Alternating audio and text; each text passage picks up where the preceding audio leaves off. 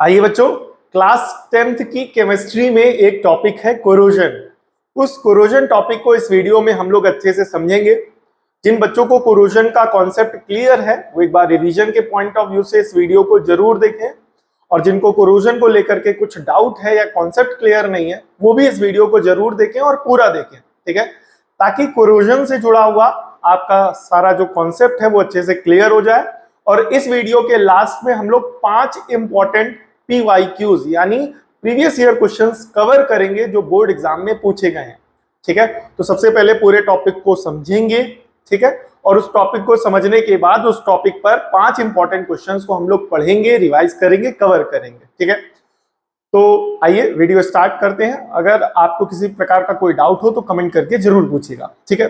तो यहाँ पर सबसे पहले दिया गया व्हाट इज कोरोजन, यानी कोरोजन क्या होता है, कोरोजन की डेफिनेशन, ठीक है।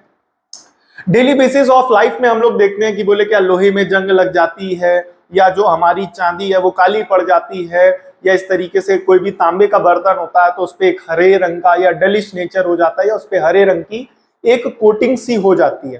तो ये डेली बेसिस ऑफ लाइफ पे में एग्जाम्पल है कोरोजन्स के, ठीक है। तो केमिकली कोरोजन क्या होता है याद रखिएगा कि ये ग्रेजुअल डिस्ट्रक्शन होता है। डिस्ट्रक्शन होता है किसका? मेटल्स का, ठीक है। When they react chemically with the substances in the environment like air, water, acids, ठीक है।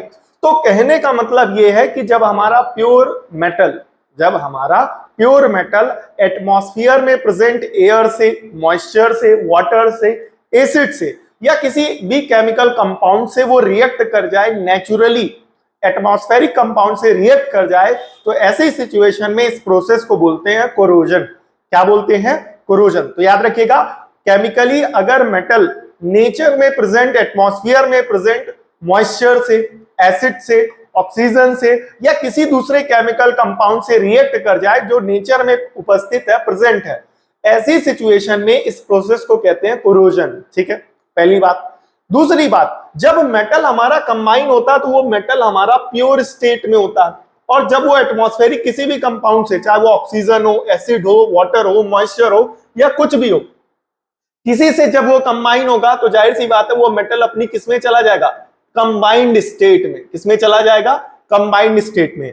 तो एक दूसरी डेफिनेशन ये बनती है कि अगर मेटल हमारा नेचुरली प्योर स्टेट से किस स्टेट में चला जाए? कंबाइंड स्टेट में चला जाए, तो इस प्रोसेस को कहते हैं कोरोजन। इस प्रोसेस को क्या कहते हैं? कोरोजन। क्लियर हो गया कि नहीं हो गया? यहां पर एक एग्जांपल दिया गया, जैसे हमारा आयरन है, ये सब आप लोग जानते ही होंगे। एटमॉस्फेयर में जो प्रेजेंट ऑक्सीजन होती है और मॉइस्चर होता है, उस ऑक्सीजन और मॉइस्चर से रिएक्ट करके वो क्या बनाता है? रस्ट। क्या बनाता है? रस्ट। लोहे में जंग लग जाती है। तो लोहे में जंग कब लगती है? खास तौर पे जब उसका कांटेक्ट किससे हो? मॉइस्चर से हो और एयर से हो। ये पार्ट याद रखिएगा। तो लोहे में जंग कब लगती है? जब वो कांटेक्ट में आता है किसके? मॉइस्चर के और एयर के, ठीक है। यहां पर रिएक्शन दिया गया, जैसे यहां पर हमारे पास आयरन कैसी है? प्योर स्टेट में है। एटमॉस्फेयर से मिला ऑक्सीजन और एटमॉस्फेयर से मिला मॉइस्चर, तो ऑक्सीजन और मॉइस्चर से ये जो हमारा प्योर आयरन है रिएक्ट करके क्या बनाता है?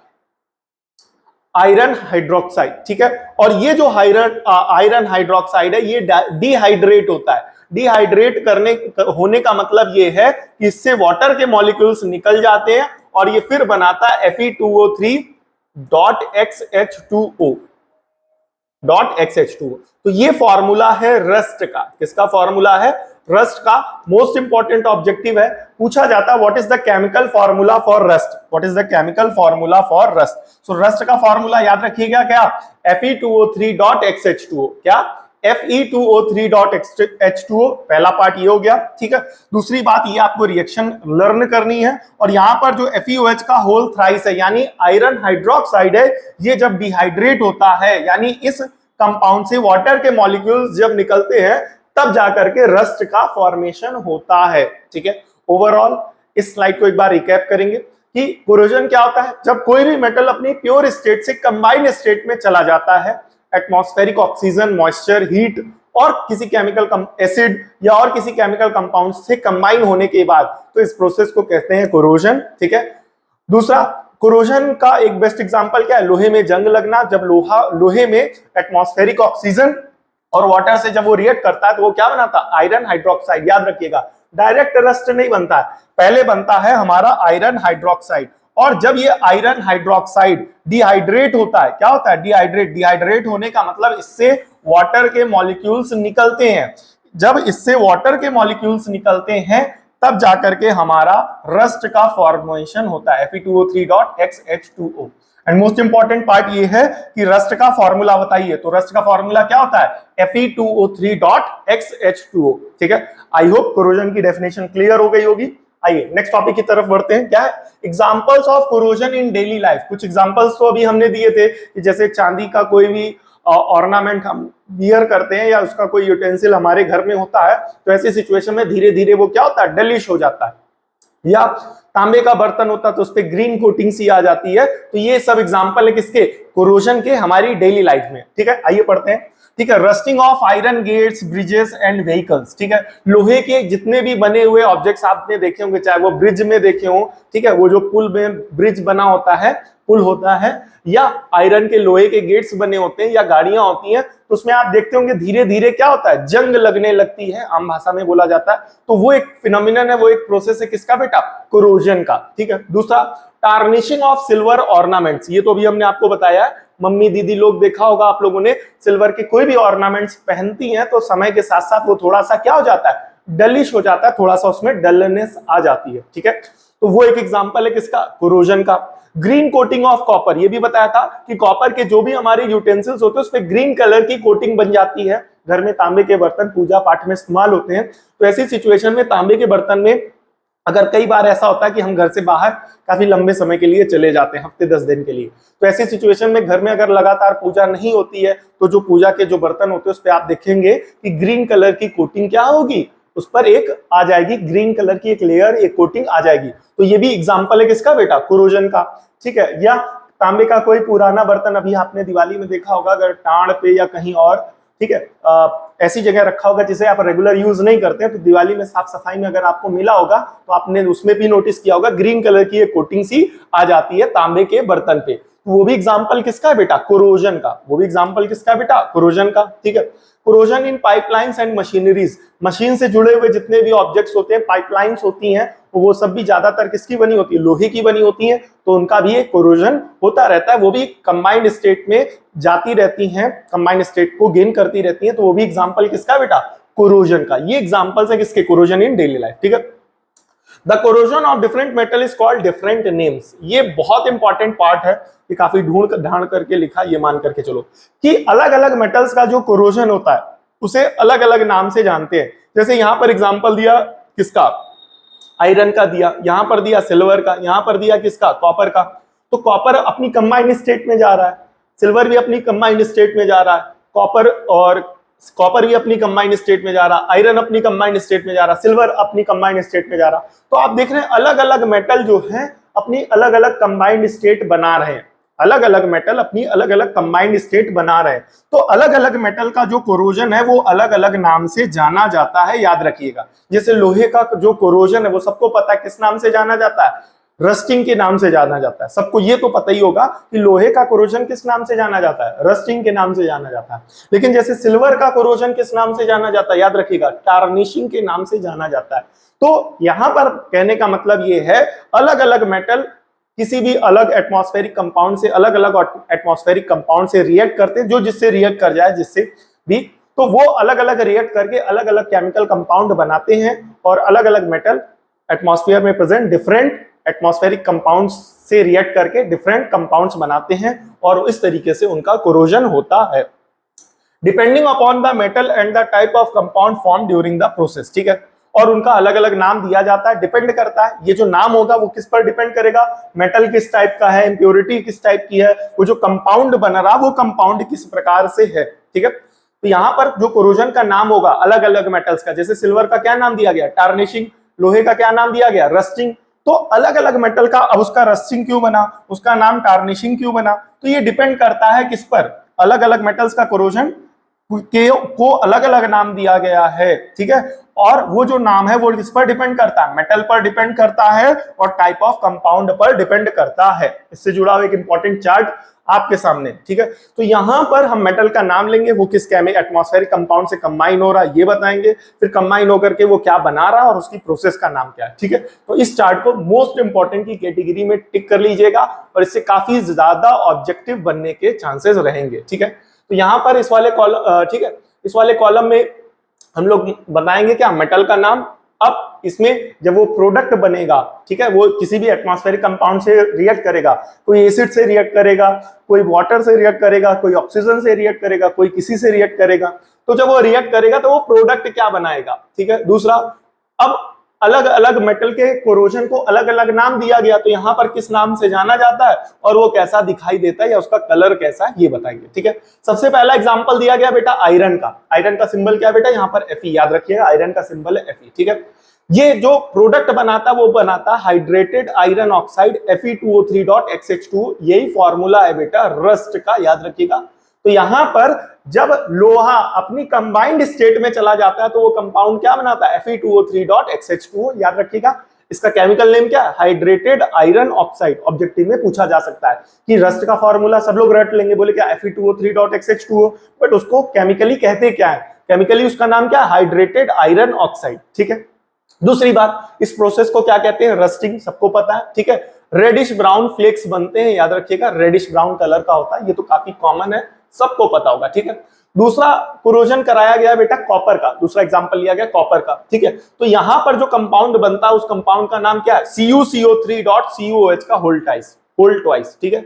इसका फॉर्मूला याद रखिएगा, ठीक है। और इसको केमिकली कहते हैं क्या, बेसिक कॉपर कार्बोनेट। क्या कहते हैं, बेसिक कॉपर कार्बोनेट। मतलब जब कॉपर एटमॉस्फेयर में प्रेजेंट इंप्योरिटीज से कंबाइन हो जाता है तो ऐसी सिचुएशन में जब वो अपनी कंबाइंड स्टेट में चला जाता है, उसका कोरोजन हो जाता है, तो वो जो ग्रीन कलर की कोटिंग बनती है, बताया नहीं था कॉपर पे ग्रीन कलर की कोटिंग बनती है, तो वो ग्रीन कलर की कोटिंग जो बन रही है वो किस केमिकल कंपाउंड की है, तो याद रखिएगा बेसिक कॉपर कार्बोनेट, यानी CuCO3.CuOH का होल ट्वाइस, ठीक है। दूसरा, इस प्रोसेस का नाम क्या है, ये नाम दिया गया, बोले क्या, पटाइना, ठीक है। देख लीजिएगा अपना नाम, ये काफी कम कॉमन रहता है, ठीक है, इस वाले नाम को याद रख लीजिएगा, ठीक है। ये ग्रीन लेयर होती है, आपको पता ही होगा, कॉपर का जब कोरोजन होता है तो उसके ऊपर क्या, कैसी लेयर बनती है, ग्रीन लेयर बनती है, ठीक है। अब सिल्वर कंबाइन स्टेट में जाता है तो किससे कंबाइन होता है, याद रखिएगा सल्फर से कंबाइन होता है। और जो केमिकल कंपाउंड ब्लैक कलर की सिल्वर के ऊपर कोटिंग है, सिल्वर के ऊपर ब्लैक कलर की जो कोटिंग है वो किसकी है, सिल्वर सल्फाइड की है, याद रखिएगा फॉर्मूला होता है Ag2S। और इस प्रोसेस को नाम दिया गया क्या, टार्निशिंग। क्या नाम दिया गया, टार्निशिंग। और ये ब्लैक कोटिंग होती है, तो याद रखिएगा सिल्वर के ऊपर जो ब्लैक कलर की कोटिंग होती है वो किसकी होती है, सिल्वर क्लोराइड की, ठीक है। दूसरा, ऑब्जेक्टिव में पूछा जाएगा कि कॉपर के ऊपर वो जो ग्रीन कलर की कोटिंग होती है वो किसकी होती है, वो केमिकल कंपाउंड क्या है, कॉपर, बेसिक कॉपर कार्बोनेट, ठीक है। जो लोहे के ऊपर रेडिश ब्राउन कलर की, ठीक है, याद रखिएगा रेडिश ब्राउन कलर की जो कोटिंग होती है या जो फ्लेक्स ऊपर पपड़ी टाइप की जम जाती है लोहे के ऊपर, वो किसकी होती है, वो होती है आपकी हाइड्रेटेड आयरन ऑक्साइड की, ठीक है। दूसरी बात, वो जो हाइड्रेटेड आयरन ऑक्साइड है उसका फॉर्मूला क्या है, Fe2O3.XH2O। कॉपर के ऊपर जब वो क्या कहते हैं, कॉपर के ऊपर जब उसका क्या हो जाता है, कोरोजन हो जाता है, तो ऐसी सिचुएशन में जो ग्रीन कलर की लेयर जनती है उसे कहते हैं बेसिक कॉपर कार्बोनेट। और उसका फॉर्मूला क्या है, CuCO3.CuOH का होल ट्वाइस, ठीक है। सिल्वर जो है, सिल्वर के ऊपर ब्लैक कलर की कोटिंग हो जाती है, तो सिल्वर के ऊपर जो ब्लैक कलर की कोटिंग हो जाती है तो ऐसी सिचुएशन में उस कंपाउंड को क्या कहते हैं, सिल्वर सल्फाइड। और उस प्रोसेस को कहते हैं टार्निशिंग। और सिल्वर सल्फाइड का फॉर्मूला Ag2S। मतलब जो हमारा सिल्वर है वो जो ग्रीन कलर ब्लैक कलर की कोटिंग बना रहा है वो सल्फर से कंबाइन होकर के बना रहा है। एटमॉस्फेयर में कहीं ना कहीं से उसको सल्फर मिल रही होगी और सल्फर से वो कंबाइन होकर के क्या बना रहा होगा, ब्लैक कलर की कोटिंग बना रहा होगा, याद रखिएगा, ठीक है। ये तीन काफी कॉमन थे, ठीक है। नेक्स्ट एग्जांपल लिया गया एल्यूमिनियम का। किसका लिया गया बेटा, एल्यूमिनियम का। और ये ऑक्सीजन से कंबाइन होकर के क्या बनाता है, एल्यूमिनियम ऑक्साइड। क्या बनाता है, एल्यूमिनियम ऑक्साइड, ठीक है। इस प्रोसेस का नाम क्या है, एनोडिक ऑक्सीडेशन। याद रखिएगा जब एल्यूमिनियम के ऊपर ऑक्साइड की लेयर लग जाती है तो स्पेसिफिकली कोरोजन की उस प्रोसेस को एल्यूमिनियम के लिए क्या कहते हैं, एनोडिक ऑक्सीडेशन। क्या कहते हैं, anodic oxidation. Thin white coating, ये काफी पतली लेयर होती है, किस कलर की होती है, व्हाइट कलर की होती है, काफी पतली सी व्हाइट कलर की लेयर होती है एल्यूमिनियम के ऊपर। एल्यूमिनियम के आपने काफी सारे ऑब्जेक्ट्स देखे होंगे, तार देखे होंगे मोटे मोटे, अगर आप उसको तोड़ देते हैं तो बीच में जो चमक होती है वो चांदी के जैसी होती है, बट ऊपर जो डलिशनेस होता है वो कैसा होता है, थिन व्हाइट कोटिंग होती है, किसकी होती है, एल्यूमिनियम ऑक्साइड की। ठीक है, नेक्स्ट है जिंक। ठीक है, तो ये ऑक्साइड ऑक्सीजन से भी कंबाइन होता है और कार्बोनेट से भी कंबाइन होता है, कार्बन डाइऑक्साइड से। जब ये ऑक्सीजन एटमॉस्फेयर में प्रेजेंट ऑक्सीजन से कंबाइन होगा तो एक लेयर बनाएगा जिंक ऑक्साइड की, और एटमॉस्फेयर में प्रेजेंट कार्बन डाइऑक्साइड से कंबाइन होगा तो क्या बनाएगा, जिंक कार्बोनेट, और इसे कहते हैं व्हाइट रस्ट। ऑब्जेक्टिव में पूछा जा सकता है कि व्हाट इज व्हाइट रस्ट, याद रखिएगा। तो जब जिंक ऑक्सीजन से कंबाइन हो या कार्बोनेट से कंबाइन हो तो ऐसी सिचुएशन में व्हाइट रस्ट बनता है। ठीक है, ये डल व्हाइट लेयर होती है। ठीक है, जैसे ये सिल्वर में होती है, इसी प्रकार की व्हाइट लेयर किसमें बनती है बेटा, जिंक में, जस्ते के में बनती है। ठीक है, देखिएगा आप लोग, तो इस तरीके से ये थोड़े कम कॉमन एग्जांपल है बिकॉज जिंक के ऑब्जेक्ट्स हम लोग कम यूज करते हैं। ठीक है, तो यहां पर जिंक के ऊपर जब ऑक्साइड की लेयर या कार्बन डाइऑक्साइड की लेयर, जब ऑक्सीजन की लेयर चढ़ेगी, ऑक्सीजन से रिएक्ट करेगा तो जिंक ऑक्साइड बनाएगा, और जब कार्बन डाइऑक्साइड से रिएक्ट करेगा तो जिंक कार्बोनेट बना देगा, और इसी को कहते हैं व्हाइट रस्ट, और ये डल व्हाइट लेयर होती है। ठीक है, लेड मेटल है। ठीक है, ये लेड ऑक्साइड और लेड सल्फेट बनाता है, जब ऑक्सीजन से कंबाइन करेगा, एटमॉस्फेयर में ऑक्सीजन प्रेजेंट होगी, उससे लेड कंबाइन होगा तो लेड ऑक्साइड बना देगा, एटमॉस्फेयर में सल्फर डाइऑक्साइड गैस प्रेजेंट होगी तो उससे कंबाइन होकर के लेड सल्फेट बना देगा। ठीक है, इस प्रोसेस को कहते हैं डलिंग। क्या कहते हैं बेटा, डलिंग, और इसे कहते हैं सरफेस डार्कनेस। और ये किस तरीके का होता है, ग्रेइश व्हाइट होता है। कैसा होता है, ग्रेइश व्हाइट होता है, ग्रेइश व्हाइट कलर का होता है।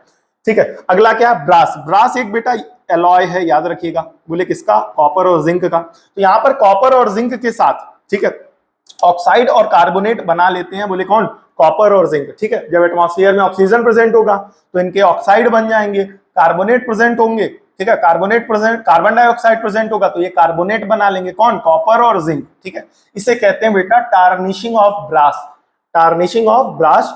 और ये ग्रेइश और ब्राउन लेयर बनाते हैं। कैसी लेयर बनाते हैं बेटा, सॉरी, ग्रीनिश और ब्राउन लेयर। ठीक है, आपने देखा होगा बेटा पीतल, घर में पीतल के बर्तन यूज होते हैं तो काफी बार उस पर एक ग्रीन कलर की या ब्राउन कलर की एक लेयर बन जाती है, कोटिंग बन जाती है। हालांकि ये है एलॉय, ब्रास एक तरीके का क्या है, एलॉय है। ठीक है, बट ऐसी सिचुएशन में एलॉय होने के बाद भी वहां पर एटमॉस्फेरिक ऑक्सीजन से, सॉरी एटमॉस्फेरिक ऑक्सीजन से या कार्बन डाइऑक्साइड से रिएक्ट कर जाते हैं उस एलॉय के composing metal just like S copper और जिंक, और वो उससे कंबाइन करके क्या बनाते हैं, एक कंबाइन स्टेट में चले जाते हैं। ठीक है, और कंबाइन स्टेट में जाकर के ऑक्साइड या कार्बोनेट बनाते हैं, और इस प्रोसेस को क्या कहते हैं, टार्निशिंग ऑफ ब्रास। क्या कहते हैं, याद रखिएगा, टार्निशिंग ऑफ ब्रास। और ये ग्रीन कलर का या ब्राउन कलर की एक लेयर होती है। ठीक है, तो यहां पर इस वाली स्लाइड में आपको बताया गया अलग अलग मेटल अलग अलग केमिकल कंपाउंड से रिएक्ट करके, अलग अलग एटमॉस्फेरिक कंपाउंड से रिएक्ट करके अलग अलग नए केमिकल कंपाउंड बनाते हैं। ठीक है, उनका अलग अलग नाम है और उनका अलग अलग कलर है, शेड है। कोई ऑफ व्हाइट है, कोई डलिश व्हाइट है, कोई ग्रीनिश है, कोई ग्रीनिश ब्राउन है, कोई ब्लैक कोटिंग बना रहा है। ठीक है, तो याद रखिएगा सिल्वर किससे कंबाइन होता है, सल्फर से कंबाइन होता है। ठीक है, दूसरा एल्यूमिनियम किससे कंबाइन होता है, ऑक्सीजन से। जिंक किससे कंबाइन होता है, ऑक्सीजन से और कार्बोनेट से। लेड ऑक्सीजन से और सल्फेट से, सल्फर डाइऑक्साइड से कंबाइन होगा। तो जब ऑक्सीजन से गैस से कंबाइन होगा तो लेड ऑक्साइड बनाएगा। एटमॉस्फेयर में प्रेजेंट सल्फर डाइऑक्साइड गैस से कंबाइन होगा तो सल्फेट बना देगा। एलॉय भी हमारा क्या होता है, एलॉय भी यहाँ पर एज अ ब्रास जो है एलॉय है, एज अ एलॉय ये भी क्या होता है, ये भी एटमॉस्फेयर में प्रेजेंट ऑक्सीजन और कार्बन डाइऑक्साइड गैस से कंबाइन हो जाता है, और जो ऑक्सीजन से कंबाइन होता है तो ऑक्साइड बनाएगा, और सल्फर कार्बन डाइऑक्साइड गैस से कंबाइन होगा तो क्या बनाएगा, कार्बोनेट गैस बनाएगा। और इस प्रोसेस को क्या कहते हैं, टार्निशिंग ऑफ ब्रास। ज्यादा कॉमन आपको क्या, रस्टिंग ही रटी हुई होगी, बच्चे ज्यादातर यही है। ये स्लाइड इंपॉर्टेंट क्यों है, ये वीडियो आपके लिए इंपॉर्टेंट क्यों है, क्योंकि आपको बस केवल क्या, रस्टिंग आता था, बस बहुत ज्यादा आता होगा, टार्निशिंग आता होगा, व्हाइट रस्ट क्या होता है, टार्निशिंग ऑफ ब्रास क्या होता है, डलिंग क्या होता है, टार्निशिंग क्या होता है, पटाइना क्या होता है। ये अलग अलग मेटल्स के कोरोजन के अलग अलग नाम हैं। तो ये आपको पता थे क्या, कमेंट करके जरूर बताइएगा। ठीक है, और उनका केमिकल कंपाउंड क्या बनेगा, जैसे यहाँ ऑक्साइड बन रहा है, यहाँ बेसिक कॉपर कार्बोनेट बन रहा है, सिल्वर वाले के साथ सल्फाइड बन रहा है, सिल्वर सल्फाइड। ठीक है, और उनका कलर। ठीक है, तो आई होप ये वाला कॉन्सेप्ट, ये इस वाले चार्ट के थ्रू आपका कॉन्सेप्ट कोरोजन का अच्छे से क्लियर हो गया होगा। क्या कि अलग अलग मेटल एटमॉस्फेयर में प्रेजेंट अलग अलग कंपाउंड से रिएक्ट करते हैं, कंबाइन होते हैं। कोई सल्फर से कंबाइन होता है, कोई ऑक्सीजन से, कोई सल्फर डाइऑक्साइड से, कोई कार्बन डाइऑक्साइड से, कोई ऑक्सीजन से, कोई मॉइस्चर से। वाटर से कंबाइन होगा हाइड्रोक्साइड बना लेगा, ऑक्सीजन से कंबाइन होगा ऑक्साइड बना देगा, कार्बन डाइऑक्साइड से कंबाइन होगा तो कार्बोनेट बना लेगा, सल्फर डाइऑक्साइड से कंबाइन होगा तो सल्फेट बना लेगा, सिल्वर से कंबाइन होगा तो सल्फाइड बना लेगा। तो एटमॉस्फेयर में प्रेजेंट अलग अलग मेटल अलग अलग केमिकल कंपाउंड से कंबाइन होकर के अलग अलग टाइप की लेयर बनाते हैं, ठीक है। और उन अलग अलग लेयर के अलग अलग नाम होते हैं और अलग अलग कलर होते हैं, ठीक है। तो इस वाले पार्ट में आपको अच्छे से क्लियर हो गया होगा कि कौन सा मेटल एटमॉस्फेयर में प्रेजेंट किस इंप्योरिटी से या किस केमिकल कंपाउंड से कंबाइन होता है और किस मेटल को बचाने के लिए हमें कैसे केमिकल कंपाउंड से दूर रखना चाहिए, ठीक है। जैसे यहाँ पर ये भी आइडिया आपको लग गया होगा कि लोहे को बचाना है तो मॉइस्चर और ऑक्सीजन से दूर रखो, कॉपर को बताना है कार्बन डाइऑक्साइड गैस से दूर रखो, ठीक है, और वाटर से दूर रखो क्योंकि यहाँ पर वाटर है। सिल्वर को बचाना है तो सल्फाइड, ठीक है, सल्फर के कंपाउंड से, सल्फर के एज एन एलिमेंट से दूर रखा जाना चाहिए। एल्यूमिनियम को बचाना है तो ऑक्सीजन से दूर रखना चाहिए, एक प्रोटेक्ट करके रखना चाहिए। बट एटमॉस्फेयर में वो फ्रीली प्रेजेंट और कहीं ना कहीं वो कंबाइन हो जाएंगे, ठीक है। अलग अलग मेटल्स के कोरोजन को अलग अलग नाम दिया गया है, दो ही जनरली आपको पता होंगे, एक पता होगा रस्टिंग, बहुत ज्यादा पता होगा टार्निशिंग। बट एनोडिक ऑक्सीडेशन क्या होता है, व्हाइट रस्ट क्या होता है, डलिंग क्या होता है, टार्निशिंग ऑफ ब्रास क्या होता है, पटाइना क्या होता है। तो इस तरीके से इस वाले चार्ट में आपको अलग अलग मेटल्स के अलग अलग कोरोजन और वो किससे कंबाइन होते हैं, कौन से केमिकल कंपाउंड बनाते हैं और उनका नाम क्या है, उनका फॉर्मूला क्या है, ये आपका क्लियर हुआ होगा, ठीक है। काफी इंपॉर्टेंट था पिछली स्लाइड, ठीक है, काफी डिटेल में था, आपको काफी सारी चीजें आई होप नहीं पता होंगी, तो कॉन्सेप्ट क्लियर हो गए होंगे। कमेंट करके जरूर बताइएगा उसमें कौन सी प्रोसेस आपको नहीं पता थी, ठीक है। आइए, कॉजेस क्या है कोरोजन की, कोरोजन क्यों हो रहा है, ठीक है।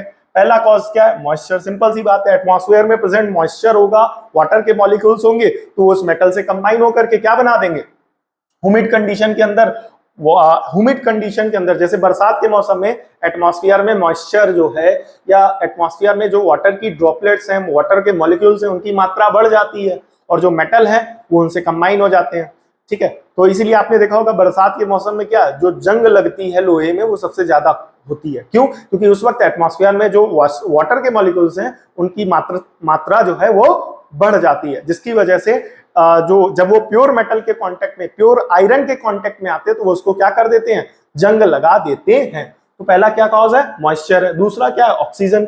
इसी वाले चार्ट में आपने देखा कि काफी सारे मेटल्स हैं, जैसे एल्यूमिनियम है, ऑक्साइड बना रहा, जिंक ऑक्साइड बना रहा, लेड ऑक्साइड बना रहा, ब्रास यहाँ पर ऑक्साइड बना रहा, ठीक है। तो अलग दूसरा क्या है, एटमॉस्फेयर में ऑक्सीजन तो होगी ही होगी, अब वो कहीं ना कहीं क्या करेगी, कोरोड करेगी, कोरोजन की प्रोसेस करेगी। Oxygen in the air reacts with metal to form oxide, याद रखिएगा, अलग अलग मेटल्स जो हैं एटमॉस्फेयर में प्रेजेंट ऑक्सीजन से कंबाइन होकर के क्या बनाते हैं, ऑक्साइड बनाते हैं, याद रखिएगा। तीसरा, इलेक्ट्रोलाइट्स। इलेक्ट्रोलाइट्स का मतलब हो गया सॉल्ट्स और एसिड्स।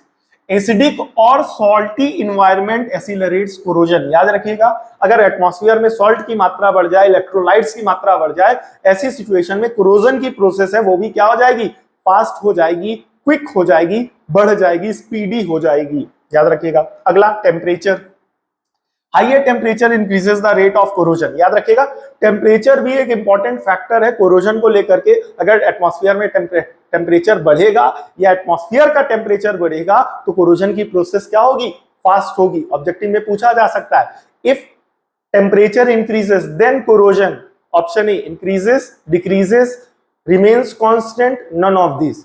तो आप यहां से पता करिएगा, यहां से आप आइडिया लगा लीजिएगा कि बोले क्या, higher the temperature increases the rate of corrosion. अगर एटमॉस्फेयर में या एटमॉस्फेयर का टेम्परेचर बढ़ता है तो ऐसी सिचुएशन में जो कोरोजन की प्रोसेस है वो भी क्या होती है, अपलिफ्ट होती है, स्पीडी होती है, तेज होती है, ठीक है। अगला, impurities in metal. Impurities forms electrochemical cells that promote rusting, clear हो गया कि नहीं हो गया, दैट प्रमोट कोरोजन होगा यहाँ पर, ठीक है, कोरोजन कर लीजिएगा, ठीक है।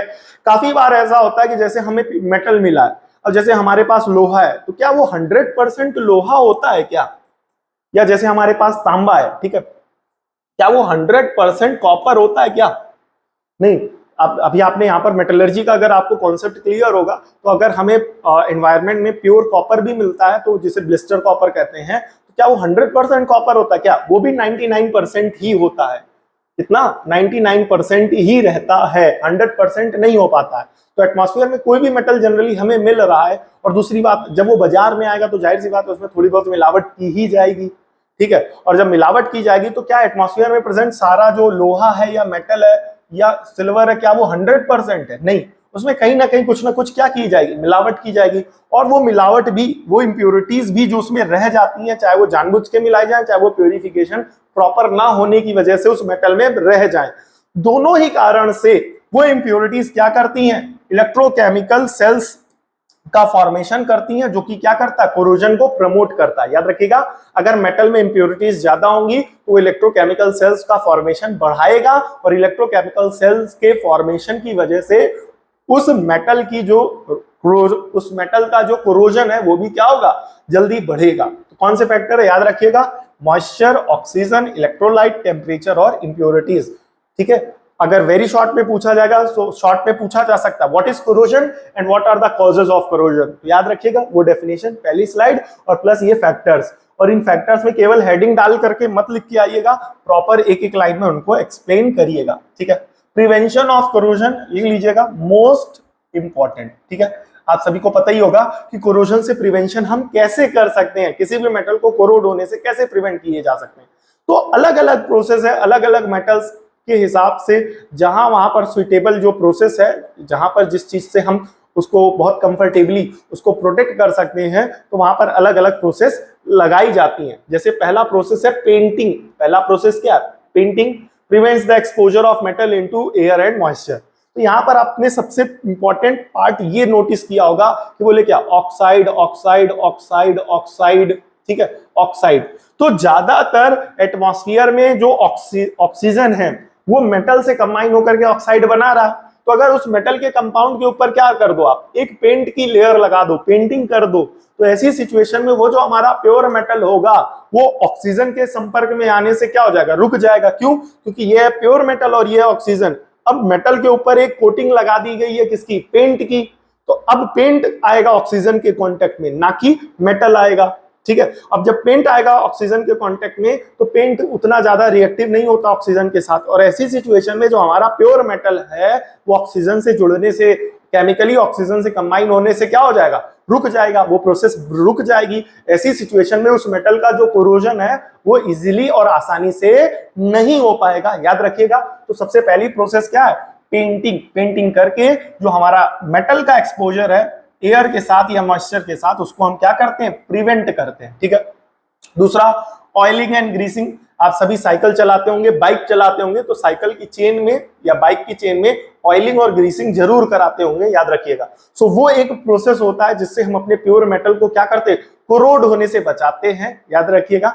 ठीक है। साइकिल की चेन में अक्सर आपने नोटिस किया होगा, उसकी ऑयलिंग ग्रीसिंग समय से आप लोग कराते होंगे या करवानी चाहिए, आपने ध्यान दिया होगा। तो वो भी एक प्रोसेस किसका है, कोरोजन से बचाव का प्रोसेस है, याद रखिएगा। Blocks the contact of water and air. ऐसी सिचुएशन में जब हमारी साइकिल लगातार बरसात के मौसम में चलती है तो रोड पे क्या होता है, पानी होता है। ठीक है। तो वो पानी क्या करता है, साइकिल की चेन में आकर के उसको क्या करता है, खराब करता है। तो ऐसी सिचुएशन में वहां की हम क्या कराते हैं, ऑयलिंग कराते हैं और ग्रीसिंग कराते हैं। तो जब उस साइकिल की चेन की या साइकिल के पार्ट्स की या व्हीकल्स के पार्ट की जब हम ऑयलिंग ग्रीसिंग कराते हैं, तो ऐसी सिचुएशन में जो उसके पार्ट्स होते हैं वो डायरेक्ट कांटेक्ट में आने से बच जाते हैं। किसके डायरेक्ट कांटेक्ट में, एयर और मॉइस्चर के। ऐसी सिचुएशन में उन पार्ट्स का कोरोजन नहीं हो पाता है, उनका जो कोरोजन है वो काफी स्लो हो जाता है, याद रखिएगा। ठीक है। अगला प्रोसेस क्या है, गैल्वेनाइजेशन। मोस्ट इंपॉर्टेंट, इसमें पूछा जाता है व्हाट इज गैल्वेनाइजेशन। 2 मार्क्स में आएगा, व्हाट इज गैल्वेनाइजेशन।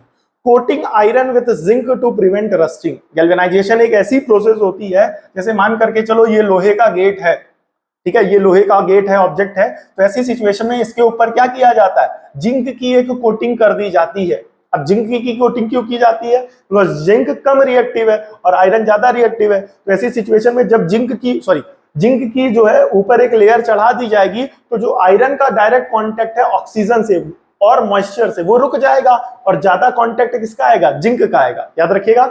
अगर एक ऑब्जेक्ट है आयरन का, अब इसके ऊपर जिंक की हमने कोटिंग कर दी, तो अब जो एटमॉस्फेरिक ऑक्सीजन है और जो मॉइस्चर यानी वाटर है वो किस पर अटैक करेंगे, किसके कांटेक्ट में आएंगे, ऊपर जिंक की जो लेयर चढ़ाई गई है, कोटिंग की गई, उसके कांटेक्ट में आएंगे। और ऐसी सिचुएशन में जो अंदर हमारा आयरन का ऑब्जेक्ट है वो क्या हो जाएगा, बच जाएगा वाटर के कांटेक्ट में आने से, ऑक्सीजन के कांटेक्ट में आने से। ठीक है। तो इसकी वजह से जो उसका कोरोजन है या जो उसकी रस्टिंग है वो क्या हो जाएगी, स्लो हो जाएगी या नहीं हो पाएगी। ठीक है, तो यहाँ पर काफी बार वेरी शॉर्ट में पूछा जाता है what is corrosion, what is galvanisation. तो याद रखिएगा galvanisation is the process of coating of iron objects with zinc. याद रखिएगा आयरन के ऑब्जेक्ट्स को जिंक से कोट करने की प्रोसेस को क्या कहते हैं, गैल्वेनाइजेशन। दो मार्क्स में वेरी शॉर्ट में पूछी जाती है और ये एक ऐसी प्रोसेस होती है किससे, प्रिवेंशन ऑफ रस्टिंग को लेकर के काफी इंपॉर्टेंट प्रोसेस होती है। नेक्स्ट क्या है, इलेक्ट्रोप्लेटिंग क्या होती है भैया, coating one metal with an another. ठीक है, एग्जांपल निकल और क्रोमियम। क्लियर हो गया कि नहीं हो गया।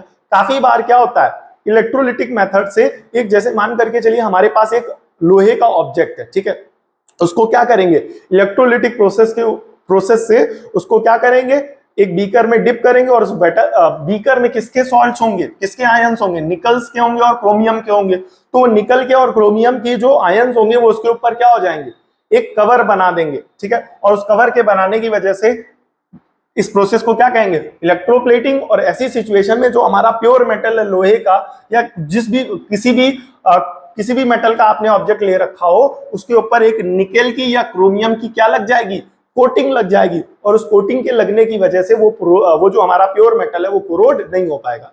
ठीक है, फॉर एग्जाम्पल आप यहाँ पर देख सकते हैं, जैसे मान करके चलिए बीकर है, ठीक है, तो अब यहाँ पर काफी सारे निकल के या क्रोमियम के, ठीक है, इस तरीके से आयोनाइज्ड सॉल्ट्स बनाए जाएंगे। ठीक है, इसका प्रोसेस अलग है इलेक्ट्रोप्लेटिंग का, ये अपने आप में 4 मार्क्स 5 मार्क्स का क्वेश्चन पूछा जाता है अलग से, बट वो क्लास 11th में पूछा जाता है। तो अब मान करके चलिए ऊपर से एक ऑब्जेक्ट आपने क्या कर दिया, प्योर मेटल का ऑब्जेक्ट आपने डिप किया।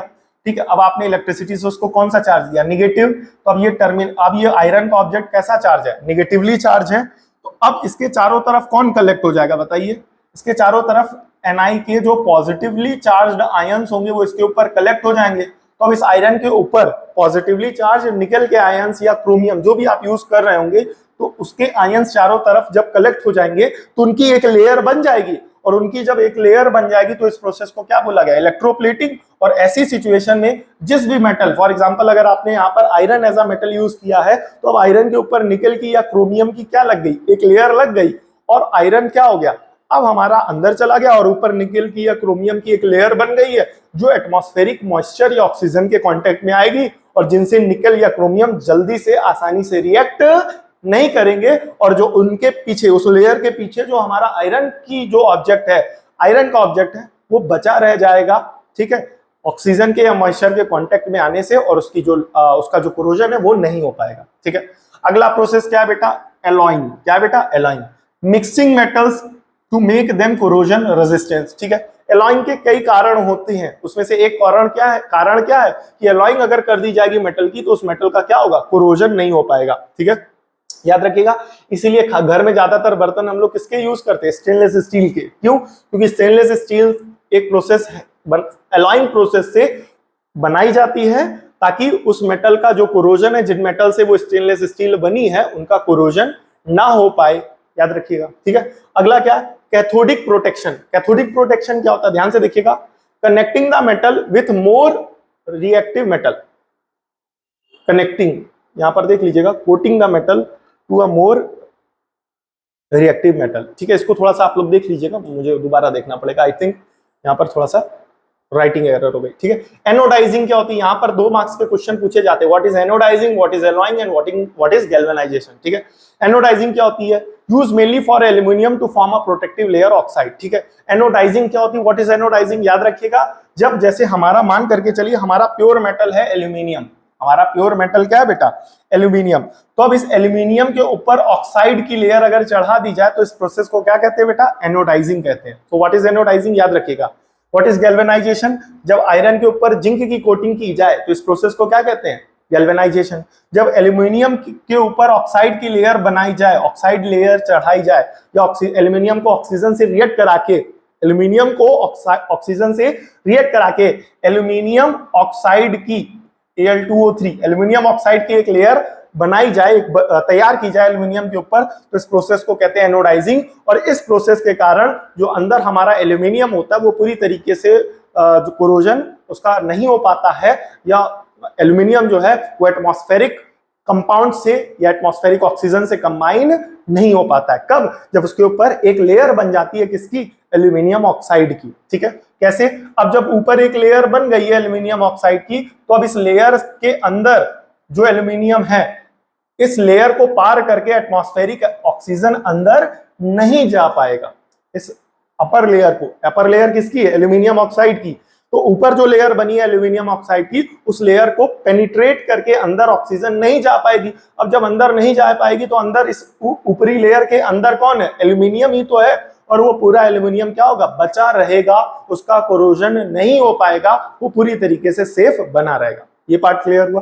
ठीक है, तो याद रखिएगा एनोडाइजिंग क्या होती है? एल्यूमिनियम के ऊपर एल्यूमिनियम को ऑक्सीजन से रिएक्ट करा के एल्यूमिनियम ऑक्साइड की लेयर बनाना, इस प्रोसेस को क्या कहते हैं? एनोडाइजिंग कहते हैं। और इस प्रोसेस के करने के कारण जो हमारा प्योर एल्यूमिनियम अंदर सेफ बना रहता है और ऊपर ऑक्सीजन की लेयर चढ़ी रहती है, बनी रहती है।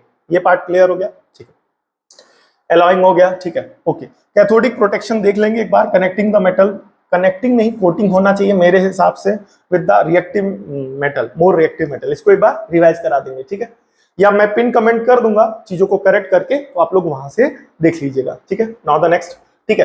कुछ इंपॉर्टेंट फन फैक्ट्स हैं कोरोजन से जुड़े हुए। The statue of liberty in USA, आप सभी ने यूएसए में स्टैचू ऑफ लिबर्टी का के विषय में जानते ही होंगे, ठीक है? इस ग्रीन, अब वो कैसी हो गई है? ग्रीन कलर की हो गई है। कौन? Statue of liberty. कहां पर? यूएसए में। क्यों हो गई है भाई? बिकॉज ऑफ कोरोजन, कोरोजन के ही कारण। अ coating of basic copper carbonate formed over the time, ठीक है, समय के साथ साथ। तो कहने का मतलब ये है, वो किसका बना हुआ होगा? कॉपर का बना हुआ होगा। अब उसके ऊपर एटमॉस्फेयर से जो मॉइस्चर है, जो ऑक्सीजन है, कार्बन डाइऑक्साइड गैस है, जब उसके कांटेक्ट में, कॉपर के कांटेक्ट में आ रही होंगी, तो वो क्या बना रही होंगी? बेसिक कॉपर कार्बोनेट बना रही होंगी, और जिसकी वजह से एक ग्रीन कलर की लेयर, क्या बेटा? एक ग्रीन कलर की लेयर उस स्टैचू पर तैयार होती चली जा रही है, और जिसकी वजह से वर्तमान समय में जो उसका कलर है वो कैसा हो गया? ग्रीनिश कलर का हो गया है। दूसरा की पॉइंट, इसको मिस मत करिएगा, काफी इंपॉर्टेंट है। बोले क्या? नॉट ऑल कोरोजन्स आर हार्मफुल, सारे कोरोजन हार्मफुल नहीं होते हैं, याद रखिएगा, ठीक है? सारे कोरोजन हार्मफुल नहीं होते। एग्जांपल दिया गया, the oxide layer of aluminium protects it from further corrosion. जैसे यहां पर ये हमने आपको बताया था, एनोडाइजिंग प्रिवेंशन के अंदर आता है, ठीक है? अब होता क्या, ध्यान से सुनना। अब यहां पर प्योर मेटल लिया हमने एल्यूमिनियम का, प्योर शीट ली, और प्योर शीट ली हमने आयरन की। ध्यान से सुनना, यहां पर हमने प्योर शीट ली किसकी? एल्यूमिनियम की, और यहां पर प्योर शीट ली आयरन की। तो अब यहां पर एल्यूमिनियम जब एटमॉस्फेरिक ऑक्सीजन से कंबाइन करेगा तो ऊपर एक लेयर बन जाएगी, कैसी? ऊपर एक लेयर जो बनेगी वो क्या बनेगी? Al2O3। अब एटमॉस्फेरिक ऑक्सीजन से और मॉइस्चर से जब ये रिएक्ट करेगा आयरन, तो इसके ऊपर जो लेयर बनेगी वो किसकी बनेगी? बताइए। Fe2O3.XH2O की, यानी रस्ट की। तो यहां पर आपने देखा दोनों मेटल का क्या हो गया? कोरोजन। यहां पर एल्यूमिनियम का कोरोजन हुआ और यहां पर आयरन का कोरोजन हुआ। ये पार्ट क्लियर हुआ? अब यहां पर ध्यान से सुनना, ये कोरोजन जो हुआ है ये इस एल्यूमिनियम के लिए कैसा है? प्रोटेक्टिव है। और ये जो कोरोजन हुआ ये आयरन के लिए कैसा है? डिस्ट्रक्टिव है। पूछो क्यों? क्योंकि यहां पर ये जो लेयर तैयार हुई है एल्यूमिनियम ऑक्साइड की, ये जो लेयर है ये नॉन पोरस है। कैसी है बेटा? नॉन पोरस, ठीक है? इसके अंदर कोई भी छोटे छोटे छिद्र नहीं है, इसके अंदर कोई भी छोटे छोटे छिद्र नहीं है। ये टफ लेयर बनी है किसकी? एल्यूमिनियम ऑक्साइड की। तो ऐसी सिचुएशन में जब ये लेयर काफी स्ट्रॉन्ग है, काफी थिक है, तो ऐसी सिचुएशन में जो एटमॉस्फेयर का ऑक्सीजन है अब इसके अंदर नहीं जा पाएगा। जो एटमॉस्फेयर का ऑक्सीजन है अब वो इसके अंदर नहीं जा पाएगा। अब जब वो इसके अंदर नहीं जा पाएगा तो अंदर का जो एल्यूमिनियम वो कैसा रहेगा? सेफ। कैसा रहेगा? सेफ। लेकिन वहीं यहां पर आयरन के साथ क्या होता है? अब यहां पर आयरन के साथ क्या है कि ये जो लेयर बनी है ये किसकी बनी है? रस्ट की लेयर बनी है। लेकिन इसके रस्ट की जो लेयर है बेटा, याद रखिएगा, वो पोरस नेचर की होती है। मतलब इसमें काफी सारे छोटे छोटे क्या होते हैं? होल्स होते हैं, छेद होते हैं। अब उन होल्स के थ्रू ऑक्सीजन जो है अंदर जाता जाएगा, ठीक है? अंदर जाता जाएगा। अब जब अंदर जाता जाएगा तो ऐसी सिचुएशन में अंदर कौन है? प्योर एल्यूमिनियम है, सॉरी प्योर आयरन है। अब अंदर जो प्योर आयरन हमारा सेफ था, इसके ऊपर जो रस्ट की लेयर बनी उसके पोरस होने के कारण बाहर का ऑक्सीजन और बाहर का मॉइस्चर अंदर फिर जाएगा और अंदर के ऑक्सीजन, अंदर के आयरन से क्या करेगा, रिएक्ट करेगा, और जब अंदर के आयरन से रिएक्ट करेगा तो फिर से वो उसको क्या कर देगा, रस्ट बना देगा। तो यहां पर ये जो लेयर है ये डिस्ट्रक्टिव नेचर की है। क्यों? क्योंकि यहां पर ये किसने क्या बना रही है, ये इसके अंदर क्या है, पोर्स, और उन पोर्स के थ्रू ऑक्सीजन एटमॉस्फेयर का और एटमॉस्फेयर का वाटर यानी मॉइस्चर फिर से अंदर जा रहा है और अंदर वाले लोहे को गला रहा है, अंदर वाले लोहे पर जंग लगा रहा है। ठीक है, तो इस बात को याद रखिएगा कि कोरोजन हमेशा हार्मफुल नहीं होते हैं, कभी वो कंस्ट्रक्टिव होते हैं और कभी क्या होते हैं, डिस्ट्रक्टिव होते हैं और मेटल को वीक कर देते हैं। ठीक है, जैसे एल्यूमिनियम के केस में दोनों बताया है। एल्यूमिनियम के केस में क्या है, वो कंस्ट्रक्टिव नेचर का है, सेफ नेचर का है। ठीक है, एल्यूमिनियम का। लेकिन आयरन का क्या है, डिस्ट्रक्टिव नेचर का, वो मेटल को कमजोर कर दे रहा है, मेटल को खराब कर दे रहा है। ठीक है, इसीलिए यहां पर एल्यूमिनियम के ऊपर जो ऑक्साइड लेयर बनी वो इसके लिए प्रोटेक्टिव लेयर का काम करेगी, और इस प्रोसेस को क्या कहेंगे, एनोडाइजिंग। इस प्रोसेस को क्या कहेंगे, एनोडाइजिंग। और इस प्रोसेस को एनोडाइजिंग कहेंगे। तो यहां पर याद रखिएगा, कई बार एल्यूमिनियम के ऊपर केमिकली रिएक्ट करा के एल्यूमिनियम से उसके ऊपर किसकी लेयर बनाई जाती है, ऑक्सीजन की लेयर बनाई जाती है, और वो लेयर कैसी होती है, प्रोटेक्टिव होती है। और इस प्रोसेस को क्या कहते हैं, एनोडाइजिंग। क्या कहते हैं, एनोडाइजिंग। ठीक है, आई होप यहां पर हमारा टॉपिक खत्म हुआ है। ठीक है, काफी इंपॉर्टेंट टॉपिक्स है ये। ठीक है, काफी इंपॉर्टेंट टॉपिक है ये, और सारे जितनी भी स्लाइड्स बनाई गई हैं आप देख रहे होंगे, इसमें काफी सारी चीजें आपको, अच्छी चीजें पढ़ने को मिली होंगी और काफी सारी चीजें आपको सीखने को भी मिली होंगी। ठीक है, तो ये वाली इंपॉर्टेंट सबसे ज्यादा है स्लाइड, और इसमें काफी सारे ऑब्जेक्टिव टाइप क्वेश्चंस आएंगे, बनेंगे, तैयार होंगे। दूसरी बात, ठीक है, एक मिनट वापस आते हैं। दूसरी बात, यहां पर इस चैनल पे हम लोग कोई भी टॉपिक अगर साइंस का कवर करेंगे तो उस टॉपिक को पूरे अच्छे से कवर करेंगे। ठीक है, उस वीडियो लेक्चर सीरीज के 2 पार्ट होंगे। ठीक है, पहला उस टॉपिक को समझना, दूसरा पार्ट ये होगा उसी टॉपिक पर बेस्ड 5 इंपॉर्टेंट क्वेश्चंस कवर करना, 5 important previous year questions cover करना, ऐसे क्वेश्चंस कवर करना जो बोर्ड में पूछे गए। तो अब ये सेक्शन बी में चलेगा। तीसरा इस वीडियो का पार्ट ये रहेगा कि आने वाले समय में एक लाइव क्विज ऑर्गेनाइज करेंगे, जिसका अगर आप चैनल से जुड़े रहेंगे तो आपको अपडेट सारी मिलती रहेंगी।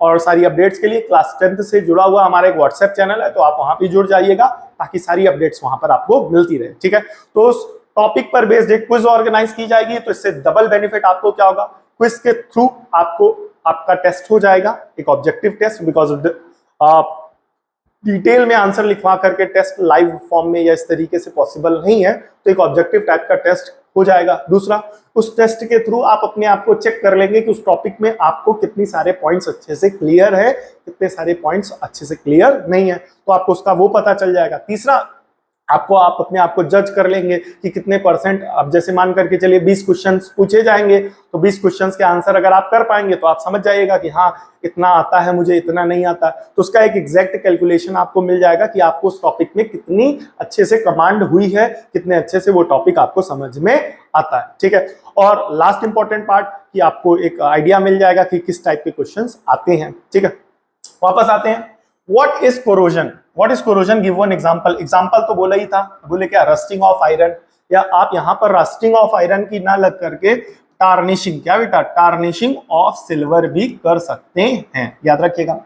तो इसमें आपको बताया था कोरोजन क्या होता है, जब प्योर मेटल, जब कोई भी मेटल अपनी प्योर स्टेट से कंबाइंड स्टेट में चला जाता है, एटमॉस्फेयर में प्रेजेंट ऑक्सीजन, मॉइस्चर और एसिड और इंप्योरिटीज और सॉल्ट्स के कारण, तो ऐसी सिचुएशन में इस प्रोसेस को क्या कहते हैं, कोरोजन। पार्ट क्लियर है? ठीक है, now the next part, what is galvanisation.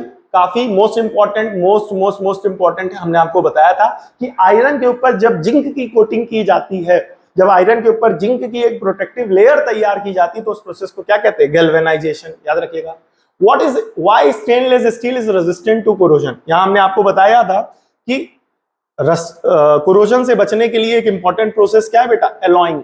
क्या बेटा, एलॉइंग। तो एलॉइंग में क्या होता है कि हम काफी सारे मेटल्स को मिला करके उस मेटल को कोरोजन से बचाने लायक बनाते हैं। तो ऐसी सिचुएशन में जो हमारा स्टेनलेस स्टील है उसमें जंग क्यों नहीं लगती, उसका कोरोजन क्यों नहीं होता, आइए समझते हैं।